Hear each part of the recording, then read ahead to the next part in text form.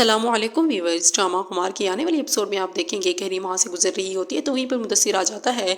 मुदस्सिर समझता है कि ये हरीम उसे गलत समझ रही है, इसीलिए वो अपनी सफाई पेश करता है और कहता है कि आप मुझे इतना गलत समझ रही हैं कि मैं किसी लड़की को अकेले देखूँ और मजबूर देखूँ तो उसके करीब आने की कोशिश करूँ। और इस तरह वो अपनी सफाई पेश करता है और हरीम को भी उस पर यकीन आ जाता है। और दूसरी तरफ नासिर भी कहकशां के पास आता है और उससे कहता है कि आपकी हरीम की और फाइज की तलाक हो चुकी है। फिर कहकशां से बताती है कि ये काम करने में ज़रा मुश्किल हो रही है, लेकिन ये तलाक भी बहुत जल्द हो जाएगी। और फिर नासिर हंस रहा होता है कि आखिर अब तक भी वो फाइज की और हरीम की तलाक नहीं करवा पाई।